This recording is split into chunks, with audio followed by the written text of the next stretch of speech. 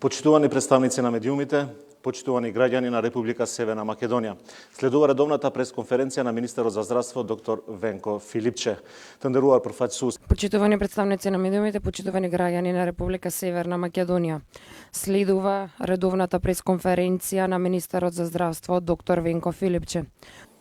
Благодарам, почитувани представници на медиумите, почитувани граѓани.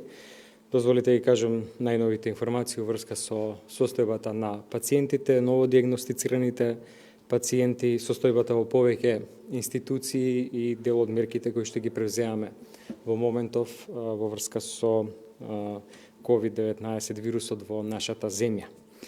На клиниката за инфективни болести во изминатите 24 часа се примени 5 нови пациенти. Во моментот вкупниот број на хоспитализирани пациенти на клиниката изнесува 68, со потешка клиничка слика се 20 пациенти, а 7 се во критична состојба, тие се приклучени на респираторна машина. На клиниката се наоѓа и примена е мајка и 4-месечното бебе од Кочани, кои што во моментот имаат стабилна клиничка слика, практично секојдневно конзилиарно се пратат од страна на педијатар со некоја сосем лесна форма на анемија и ИСИП. Бебето е у сосем добра стабилна здравствена состојба без потреба од респираторна подршка. Денеска кај четворица од пациентите кои што веќе се лекуваат на клиника се чека и вториот контролен тест, првиот е негативен и доколку е вториот истаков, тие ќе бидат пуштени дома практично оздравени.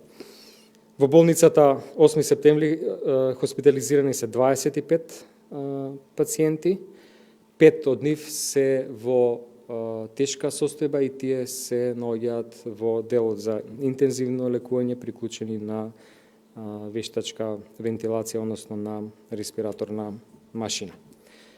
Во Битола има 4 пациенти кои што се на болничко лекување, тројца се во сосем стабилна состојба, еден пациент му е потребна кислородна подршка, целосно се следат пациентите кои што се наоѓаат на домашно лекување. Како што информиравме, двајца од пациентите кои се лекуваат така практично се негативизирани во текот на вчерашниот ден.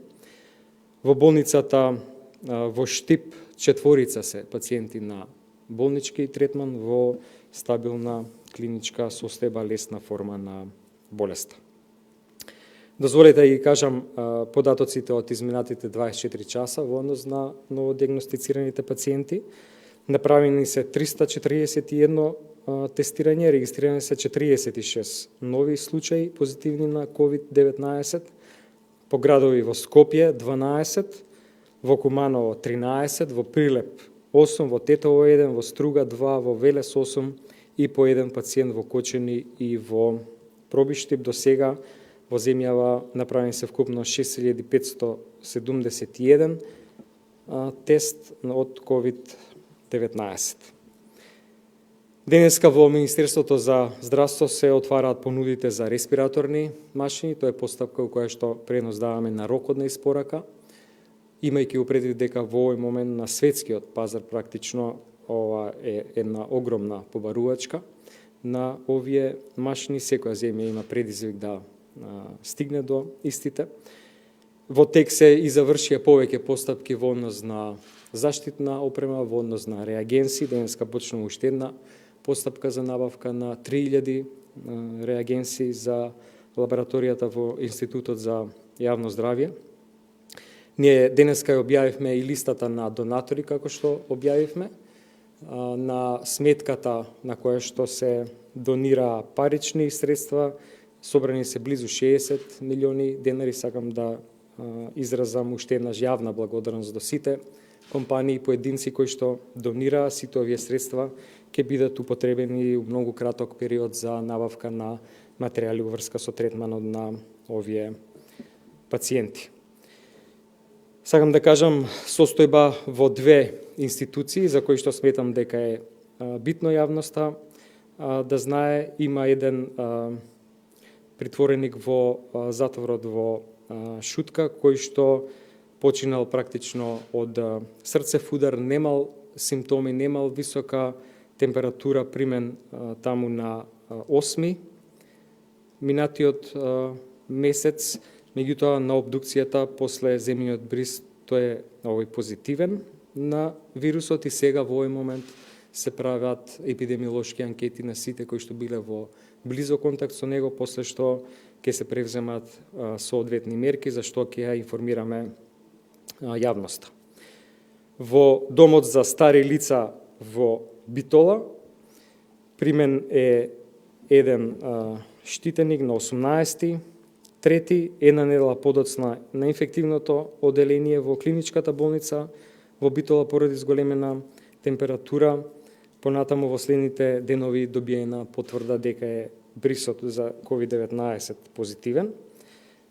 Земени се брисеви на сите во останатите соби, на дел од персоналот кои што биле во контакт, дадени се препореки за темелно чистење, а Државниот санитарен и здравствен инспекторат ќе ја испита целата постапка, целокупниот процес од приемот, па како се одвивала целиот практично процес на третман на давање услуга нега на штитеникот таму. Дозволете да кажам уште две информации кои што мислам дека се исклучително битни. Ние сме сега во една фаза во која што мерките кои што ги воведовме се практично најстроги во смисла на рестрикција на движењето. Сметаме дека ќе дадат резултат, но истовремено се спремаме постепено и за периодот, тогаш кога ќе дојде соодветниот период, согласно бројот на новодиагностицирани пациенти кои што искрено се надевам дека согласно предвидувањата некаде на крајот на април ќе го достигне врвот. Постепено животот да се врати во нормала, целокупниот работен процес.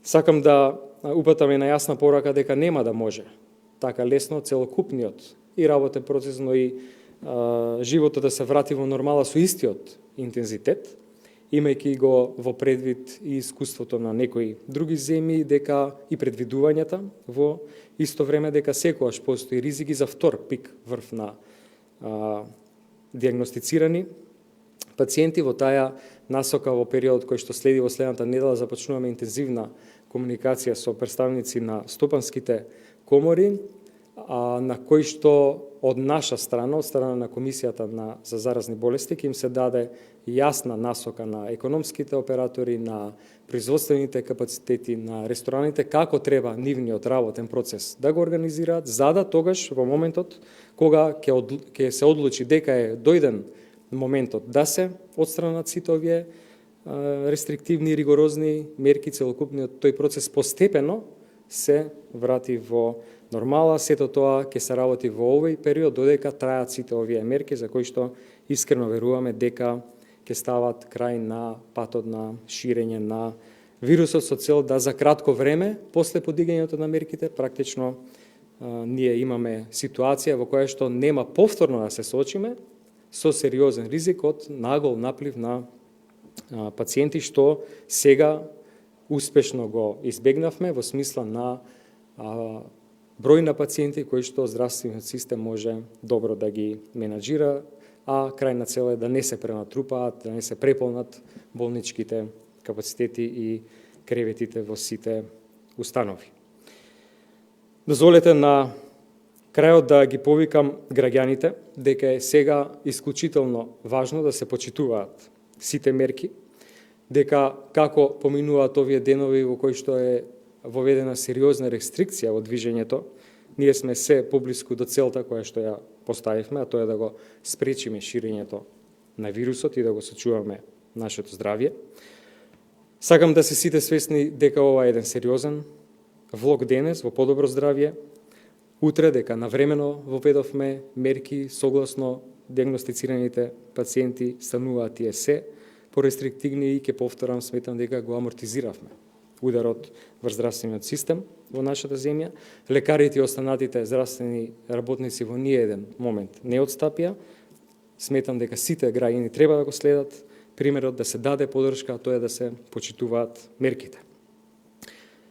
Знаеме дека е ова тежок период, сега е убаво време, сите сме навикнати да бидеме надвор, но ова мора да се издржи, да бидеме дома, да се почитуваат мерките да нема движење, да се почитува забраната за движење, заради тоа што секој ден како поминува, ние стануваме се посилни и само така за многу кратко време, што пократко време ќе стигне до денот до кој што ќе може да кажеме дека сето ова вредеше, дека сме го зачувале нашето здравје и постепено нашиот живот ќе го вратиме на нормален колосек. Ви благодарам. Благодарам, министре. Почнуваме со новинарски прашања. Прво би ви замолил на сите колеги дека да постават по едно прашање, бидејќи времето е ограничено, а да го возложиме сите колеги кои се веќе онлайн и тие писмени прашања да може министерот да одговара. Почнуваме со Алфа телевизија, повели. Министре, колку пациенти кои биле поставени на респиратор, биле живи тргнати од него? Всушност, колку е процентот на спасени животи споредбено со светот? Од наши сигурни извори на инфективната клиника во Скопје, медицински сестри и техничари не користеле скафандери, туку тие ги носеле исклучиво само при интубација, а вообичаено носат мантил, ракавици, маска и капа, постојано се со болните. Дали е ова точно, имате ли ви информација? И за крај, може ли да ми објасните зошто луѓето умираат дома, поточно зошто пациентите со лесна клиничка слика, кои се во карантин, умираат? Благодарам. Значи, станува збор за болест која што има навистина еден тек кој што е многу непредвидлив и у кој што влошувањето доаѓа многу нагло, како ниедна состојба со која што досега сме се сретнале. Тоа веќе почува да се публикува во земјите во кои што веќе има повеќе пациенти. Во последните студии кои што излегоа во најеминентното списание во областа на медицинските науки Лансет, смртноста на пациенти кои што се поставени на респираторна машина е 97%. За жал, многу малку од тие пациенти се спасуваат, заради тоа што дури ни респираторната машина во една таква тешка форма не може да даде посакуван ефект, заради тоа што ова болест, овој вирус ги напаѓа не само белите дробови, веќе докажано, туку и другите органи, органски системи, и ние тоа го регистрираме кај пациентите кои што има влошување. За жал, и покрај интензивната терапија болеста е таква да ништо не може да се направи, односно дадената терапија нема никаков ефект. Сега постојат повеќе претпоставки. Кој е механизмот по кој што вирусот ги напаѓа сите органи, органски системи, меѓутоа публикациите се такви да сосем одговараат на нашите практично случаи кои што ги имаме. Во однос на другите починати пациенти, на обдукционите наоди, најдени се и други органски пореметувања, значи тоа не е исклучено во смисла на присуство на коморбидитет и директна смрт заради овој откажување на некој друг орган. Тука не зборувам за пациентите кои што се на респираторна машина. И во однос на опремата често пати се поставуваше прашањето. Лично сум во контакт со директорката на клиниката за инфективни болести повеќе пати во денот, со луѓето, лекарите кои што ги водат пациентите, посебно во делот за интензивна нега исто така. Знаем и јас лично и сите инволвирани во процесот дека заштитна опрема има сосем доволно, дека се користи соодветно, дека тие луѓе имаат искуство како се користи, не име прв пат да работат со пациенти кои што имаат заразна болест и на кои што им е потребна заштитна опрема, има соодветна едукација, има тие и искуство во користењето на таа опрема. Дел од резервите вкупни на Министерството за здравство физички стојат на клиниката за инфективни болести, така да одговорно може да кажем, а ова и согласно увидот кој што го направи Државниот санитарен и здравствен инспекторат, кој што го индициравме после информациите дека има некој проблем со користењето на опремата, дека тој процес е целосно запазен согласно сите протоколи, критериуми и дека се одвива во најдобар ред. Продолжуваме со прашањата. Телевизија повеле. Добар ден. Министре, дали значи дека сега е зголемена бројката на починати од COVID-19, бидејќи го спомнавте притвореникот од Шутка, па конкретно да ни кажете кога точно тој починал и паралелно на ова прашање, кажете ни од овие досега што ги имате на лица починати во евиденцијата на COVID-19, колку од нив директно починале како последица од коронавирусот, а колку поради примарните заболувања и каде е, министре, овој период бројката за починати од мозочни удари, од срцев удар, од малигни заболувања? Ова ве прашувам бидејќи некои европски земји веќе најавија дека ќе прават разграничување на статистиката на починати од хронични заболувања и на лица кои што починале како резултат на COVID-19. Целата оваа статистика која што ја комуницираме, вклучително и ова на што се однесуваше претходното прашање, е уврска со пациенти на кои што им е диагностициран вирусот. Значи, тие во интензивна нега практично може да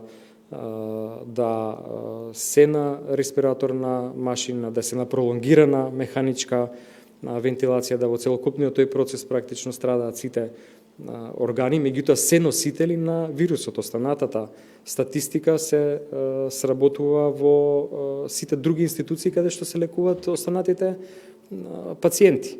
Во таа смисла за мозочни удари, на клиниката за неврологија, на секаде низ државата во невролошките одделенија, клиниката за онкологија, верувам дека прашувате за пациенти кои што не се носители на вирусот, а имаат други диагнози, онака како што се води статистиката и до сега, за тоа може да се има увид или да се добие информација во било кое време, како од нашите институции, така и од Заводот за статистика, кој што ги разработува, изработува статистичките податоци врз основа на инпутите кои што ги добиваат од сите јавноздравствени установи. Продолжуваме. Канал 5 телевизија повеле. Добар ден, министре, само да ве прашам дали станува збор за истиот затвореник за кој што пишуваа медиумите пред некој ден дека бил во Идризово. Имам уште едно прашање накратко, само дали постои начин и ако може да ни кажете кои се лесните симптоми, како би можеле тие да се препознаат. Благодарам. Не одговорив и претходно, значи станува збор за човек кој што починал вчера, колку што јас знам само во институцијата во Шутка бил. Не знам дека бил во друга институција во моментов, немам таква информација. Сосем лесната форма е форма на горно-респираторна болест, настинка. Практично, ние имаме се повеќе и повеќе податоци дури за асимптоматски носители на вирусот. Тоа се публикации кои што сега ги пратиме кај нас и токму затоа се воведени вакви рестриктивни мерки, заради тоа што и на таквите на носители на вирус, само ваква мерка може да даде резултат у смисла да се прекине ланицот на ширење на инфекцијата. Продолжуваме. Телма телевизија повеле. Добар ден, министре, според некои податоци кои што ги добивме, голем е процентот кои што се заразени, а е непознато потеклото на вирусот, дадека е најголем процентот на заразени од контакт со друго заболено лице, но како го објаснувате ова непознато потекло и зошто е толку голем процентот?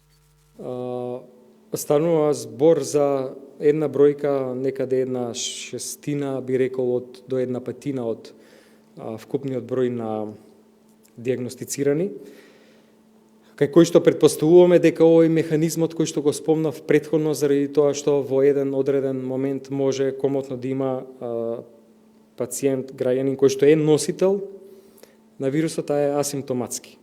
И веќе тука многу тешко да се утврди епидемиолошката на овој анкета, детали од истата, и тоа е една од карактеристиките кога веќе во земјата има локална трансмисија.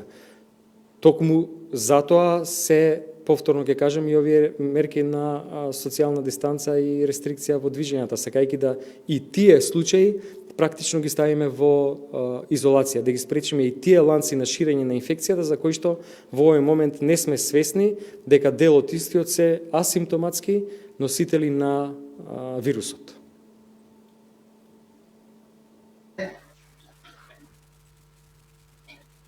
Продолжуваме со следно. социјална дистанца рестрикција да видиме да се предвидат и тие случаи, практично да ставаме до изолација, да испречиме и тие начини на ширење.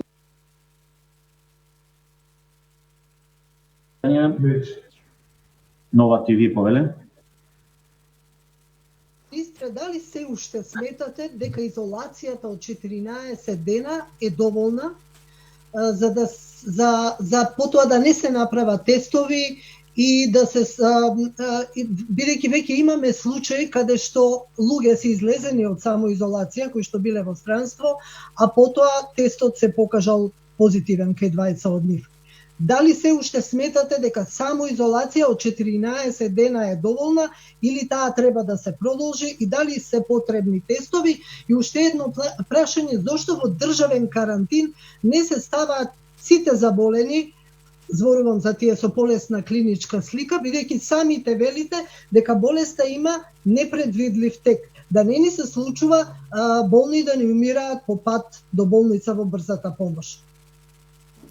Тоа е стручно мислење на Комисијата за заразни болести, беше повеќе пати дискутирано колку треба да трае, меѓутоа сите препораки упатуваат на тоа дека треба да трае 14 дена заради тоа што е тоа инкубацијата на болеста. Во било кој момент, доколку некој развие симптоми, може да биде хоспитализиран, може да се јави во болничка установа или може да се јави во локалниот центар за јавно здравје. Во смисла на асимптоматски носители, практично не може да одредиме тогаш и неограничено времето. Меѓутоа, сите препораки укажуваат на тоа дека тој карантин, таа изолација треба да трае 14 дена. Тие мерки, заедно со овие мерки на рестрикција на движење, зголемениот полициски час, целосно блокираниот викенд, сметаме и стручните лица епидемиолози од Комисијата за заразни болести дека е добра стратегија и дека ќе даде добри резултати. Продолжуваме со прашање, се надевам дека се окей со МТВ, повели колешка. Ако може да го вклучите микрофонот, ве молам. Во ред. Да, повелете. Со оглед на тоа дека сите породувања, оние што се со нормална бременост, се префрлени во гинекологијата во Чаир, дали се доволни капацитетите или е потребно тука во Пресред да излезат и приватните клиники? Не се сите породувања префрлени таму, тука сакам да укажам на два моменти. Прво, од стручниот колегиум на клиниката им беше дадено едно упатство за се што можат како дополнителна здравствена услуга во однос на трудниците да дадат и матичните гинеколози, зашто целосно излегоа во Пресред се со цел да се намалат труканиците на клиниката. На клиниката постои патека за породување на трудници кои што се суспектни или позитивни на ковид вирусот, меѓутоа не се исклучени другите нормални породувања. Тогаш кога ќе се утврди, ако се утврди дека капацитетот практично е преоптеретен, тогаш ќе се упатуваат и веројатно и сега еден дел, меѓутоа не сите, во болницата во Чаир. Имаме интензивна комуникација со директорите на двете институции, се прави распоред, не дозволуваме да има некаква конгестија или недоразбирање, посебно за прием или за соодветна диагноза и третман на родилките, не само на родилките, туку и на жени на кои што им е потребна хируршка интервенција. И затоа на гинеколошката клиника има и родилна сала, но и операциона сала за третман на пациентки кои што се позитивни или суспектни на ковид вирусот. Значи се менаџира секојдневно на процесот и засега нема никакви проблеми во овој дел. Продолжуваме, фактор повеле. Министре, би сакала да ни кажете дали може би ќе инсистирате на брзи тестови за масовно тестирање, бидејќи веќе доаѓаат податоци, а и сами кажавте, бројот на асимптоматски случаи е се поголем и така најмногу се заразуваат. За сега ставот на Комисијата за заразни болести дека продолжуваме со истата стратегија се тестираат за присуство на вирусот симптоматските пациенти, сите нивни примарни или секундарни контакти според ризикот се пратат и доколку некој од нив е симптоматски, тогаш се прави тестирање. Продолжуваме со прашања. Колегата од ТВ телевизија, повеле. Добар ден и од мене, министре. Накратко, еве каква е епидемиолошката слика на Битола. 8 случаи до сега, 115 тестирани граѓани. Сметате ли дека треба да се зголеми бројот, односно опфатот за тестирање, за да не се зголемува бројот на заболени во Битола? И по однос на Старскиот дом, Сјурајде рековте дека допрва ќе анализирате како се случила заразата. Дали сите штитеници без дискучок и луѓето од персоналот ќе бидат тестирани или се морат во изолација? Благодарам. И за Битола, како и за секој друг град, важи ова иста стратегија. Во овој момент нема некоја специфика гледано низ призмата на стручниот пристап на епидемиолозите. Ги кажав деталите во однос на домот за стари лица, ќе го чекаме и наодот од увидот на државниот санитарен и здравствен инспекторат. Тука епидемиолошката анализа, анкета е целосно завршена и повторно сметаме дека како за Битола, така и за други градови во држава, други региони, секој со одредени специфики, дека овие мерки се апсолутно универзални и ќе дадат резултат на секаде во државата. Продолжуваме. Елида Портак Мака, Урнавида. Министре, поглаварот на ИВЗ Реджепи вели дека државата не обезбедила никаква финансиска помош за религиозните заедници и затоа може да се случи кршење на владините мерки за забрана на движењето. Дали ова порака е загрижувачка во екот на пандемијата? И уште едно кратко прашање, дали се размислува за пуштање дома на затворениците, особено после смртта во затворот во Шутка? Фала. Ке чекаме тука да заврши увидот на епидемиолозите, за да се види точно каква е ситуацијата, контактите, бројот на лица после што ќе се донесе соодветна одлука. Во однос на информациите кои што стигнуваат од ИВЗ, други институции, ги пратиме реакциите на граѓаните на јавните мрежи во однос на овие мерки. Јас сметам дека ова е еден период во кој што мора да се издржи.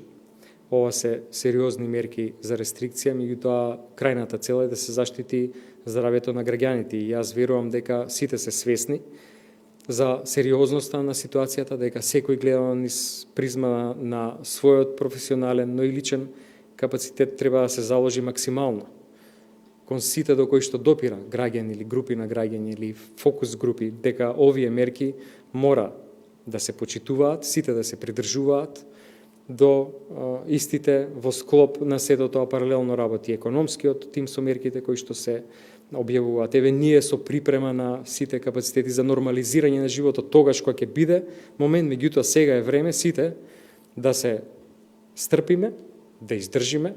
Знам дека е тешко, доаѓаат и верски празници, но ова е период во кој што мора на некој начин сите со почитување мерките да инвестираме во сопственото, но и во колективното јавното здравје.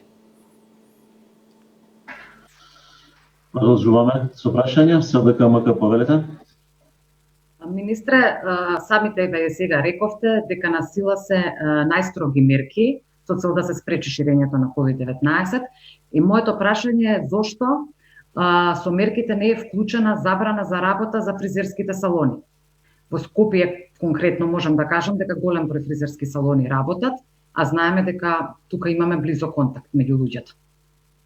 Кај сите институции, компании или салони или други мали фирми кои што работат, има препораки како да се организира работниот процес во однос на дистанцата, во однос на користење на заштитните материјали. Во таа смисла ова се однесува на апсолутно сите, вклучително и на салоните кои што се во функција. Впрочем и во производствените капацитети ние дадовме соодветни инструкции во зависност од бројот на работници. Понатаму во моментот кога имаше јавен превоз исто така да има соодветни мерки за сите овие приватни компании.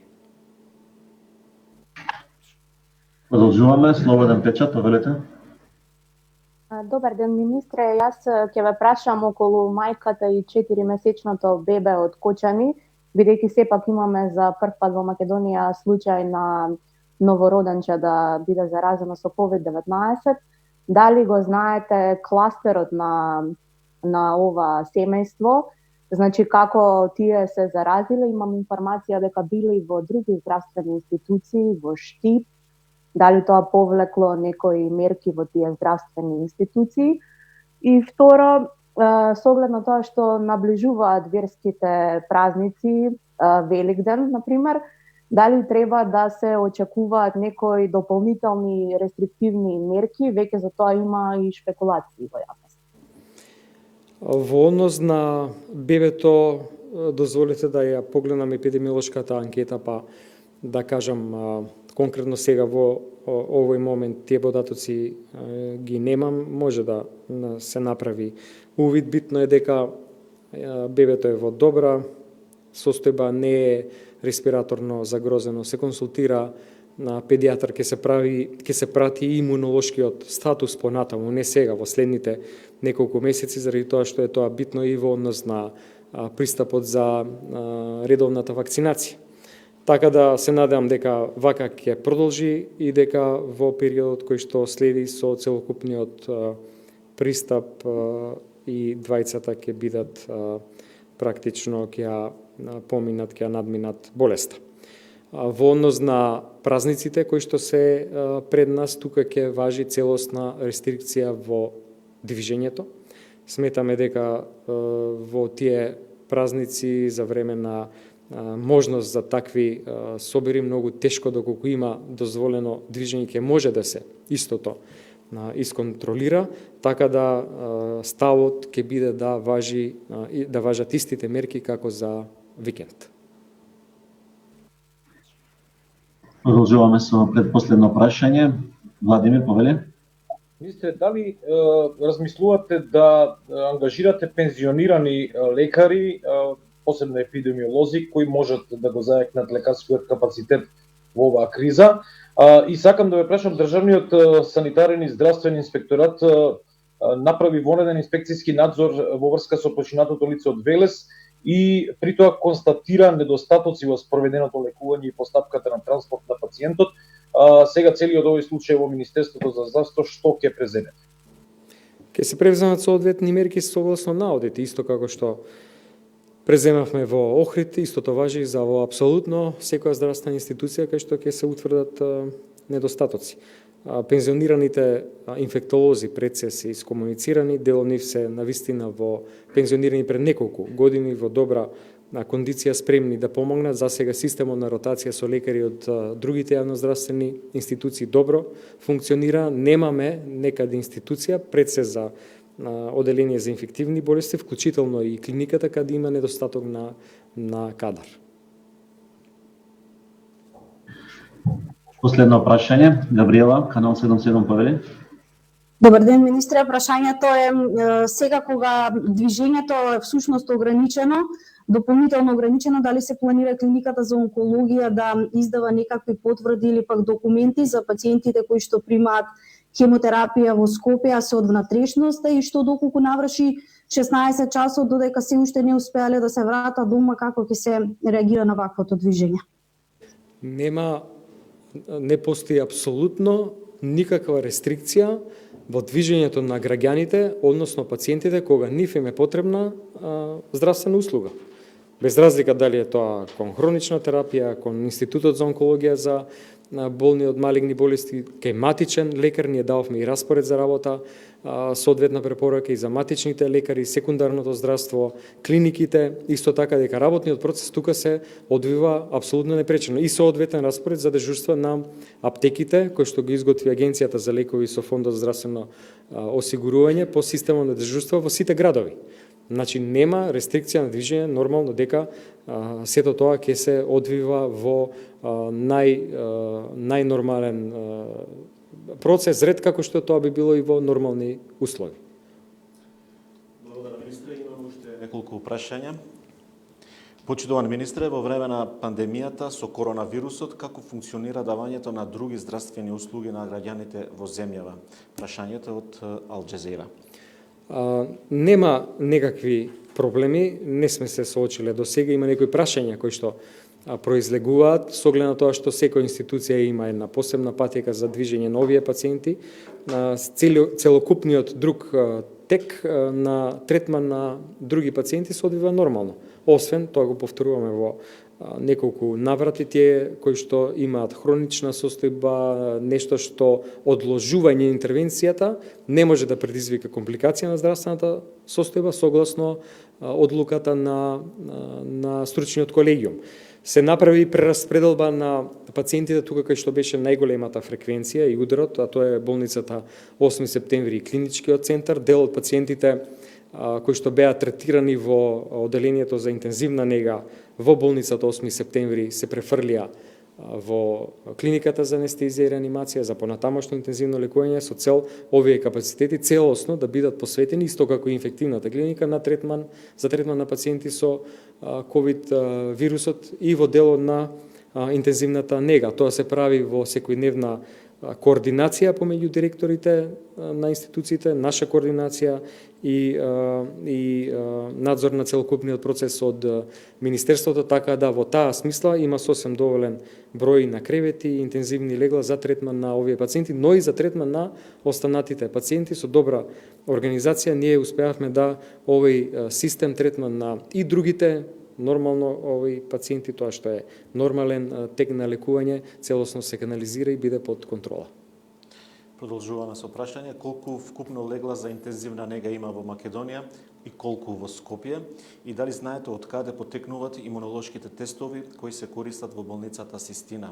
Прашањата се од Ирала. Не, тоа е овој прашање кое што треба да прашаат болницата Систина во однос на колку има вкупно легла. Ако се спореди со бројот на респиратори по болница, тоа би бил бројот на легла, но во секоја јавноздравствена институција, вклучително и овие две кои што се целосно наменети за третман на овие пациенти, постојат и приклучоци. Значи, ние веќе направивме прераспределба на респираторните машини кои што ги имаме, на приклучоци, на кревети кои што досега не биле за интензивна нега, за интензивно лекување. Во овој момент сосем доволни, околу пола капацитет од празен на инфективната клиника, 2/3 зборувам за интензивните легла. Во болницата на 8 септември, во таа насока со прераспределба, со носење на машините, со приклучување, со трансфер на креветите од обични во интензивни легла, сметам дека имаме сосем доволен капацитет на кревети, спремен да го преземе лекувањето на овие пациенти. Следно прашање, дали меѓу новозаразените е 4-месечно бебе од Кочани, дали се знае како се заразило и дали и какви протоколи на лекување има за бебиња со COVID-19? ТВ24. Да, тоа одговоривме веќе, мислам, на тоа прашање во однос на протоколите согласно клиничката слика и согласно манифестацијата, заради тоа што кај бебиња има се уште незрел имунолошки систем, па е потребна посебна нега и затоа е целосно вклучен во лекувањето и педијатар од клиниката за педијатрија. Продолжуваме. Дали се размислува медицинскиот персонал кој работи со заболените и директно изложен на ризик да биде изолиран, во смисла да им се понуди сместување во стан или хотел со цел да не ја носат заразата дома кај семејството? Прашањето од Мијамака. Здравствените работници на клиниката за инфективни болести у болницата 8 септември работат по протокол со заштитната опрема. Во таа смисла имаат и систем на ротација. Овие лекари и сестри кои што го надополнуваат кадарот овде од другите клиники имаат соодветен распоред на своите клиники. Доколку се изнуди потреба, ако некој доаѓа од друг град, апсолутно можеме да организираме и сместување, меѓутоа за сега не се изнудила таква потреба. И последно прашање, ќе се зголеми ли капацитетот за тестирање? Споменавте дека имаме холандска донација, дали и за колку ќе го зголеми бројот на дневна основна на готови тестови и дали е тоа лабораторија и во кој контекст беше спомената и МАНУ и дали и таму може да има лабораторија? Во Ману разговаравме со професорот од лабораторијата кој што ги понуди капацитетите во однос на еден систем кој што се вика контрола на процесот и тие се целосно спремни да влезат во овој процес и помогнат на лабораторијата. Тука не може да сметаме на тестови кои што ќе го анализираат самиот вирус, заради тоа што нема таква технологија, меѓутоа имаат и знаење и искуство во овој друг дел кој што го спомнав. Лабораторијата која што дое како помош од Холандија е практично опрема и тестови кои што ќе го дуплираат капацитетот на сегашната лабораторија во Институтот за јавно здравје. Холандија заедно со уште неколку европски земји, Германија преку германската амбасада, понатаму од директната помош од Европската унија од 4 милиони евра е една сериозна помош, зашто сакам да изразам јавна благодарност на европските институции, Европската унија, можноста да се приклучиме и кон заедничката набавка на опрема и лекови по истите принципи и процес на кој што тоа го прават земјите членки на Европската унија, нешто што сметам дека е сериозен бенефит и за јакнување на нашиот здравствен систем. Благодарам, министре. Почитувани, тука е и крајот на денешната редовна пресконференција на министерот за здравство доктор Венко Филипче.